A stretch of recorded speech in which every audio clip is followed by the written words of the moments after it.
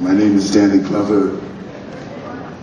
As a artist and activist and cultural worker involved in the freedom to express imagination, image making, and the communication of values, meaningful information, I am so very pleased to be here today with you and to join you with the growing numbers of Americans actively concerned with the deeper resonance of the principle freedom of expression, which requires unfettered access to knowledge and information and uninhibited means for truthful exchange among citizens within and across nations.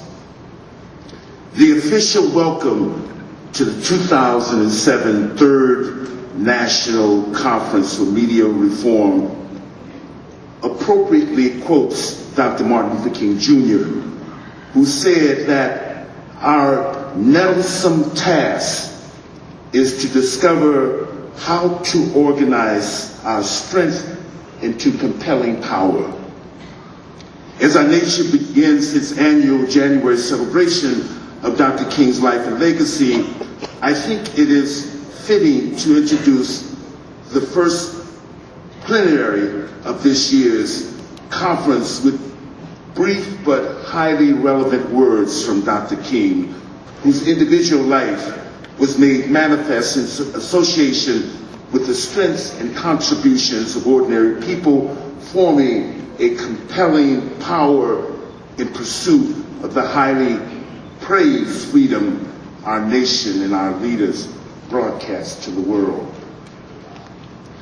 On December 27th, 1962, in this very state of Tennessee, in the city of Nashville, writing on the ethical demands for integration, Dr. King posed the question, what is freedom?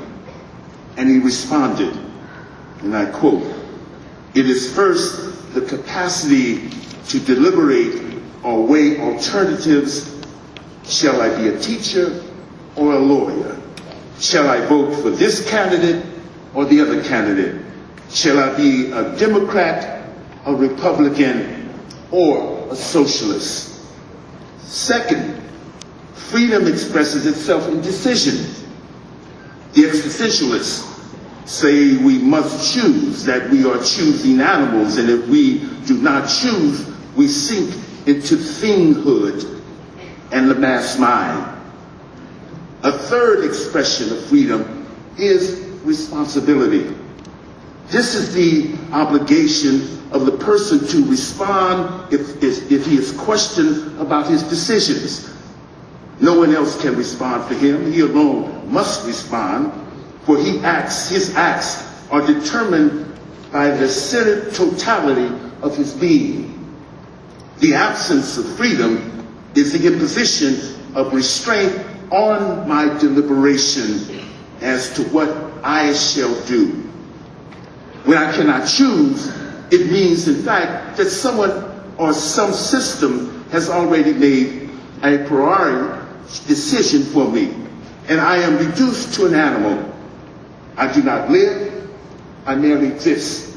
I cannot adequately assume responsibility as a person because I have been made a party to a decision in which I played no part in making. Dr. King was assassinated in this very city of Memphis, Tennessee, 39 years ago. Yet he is still with us today in living spirits in the 21st century who in their own lives and work encourage and organize to stimulate and to move people across the biological and political spectrum to exercise freedom by informing themselves and weighing alternatives. The nettlesome task about which Dr. King spoke is still being carried out by people who embody character, courage, fortitude to make decisions in support of truth, not spin. People who critically embrace diversity and reject monopoly over what ideas, information, and interpretations are available for public consumption, reflection, and decision-making